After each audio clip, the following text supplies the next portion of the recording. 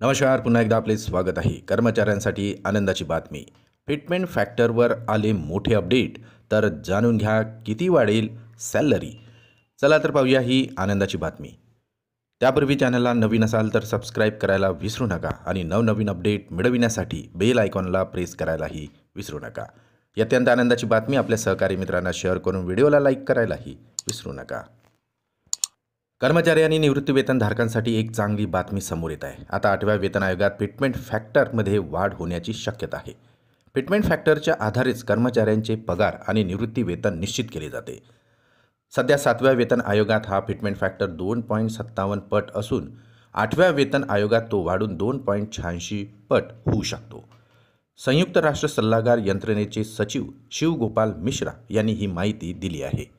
कर्मचाऱ्यांचे पगार आणि निवृत्तीवेतन ठरविण्यासाठी फिटमेंट फॅक्टरची महत्त्वाची भूमिका असते.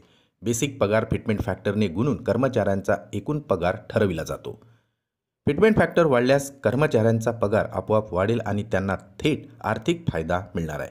यामुळे आता कर्मचारी या वाढीची मागणी करत आहेत. 10 वर्षाच्या अंतराने वेतन आयोग स्थापन केला जातो. वेतन आयोग केंद्र सरकारच्या कर्मचाऱ्यांचे पगार आणि निवृत्ती वेतनात बदल करण्यासाठी शिफारस करत असतो.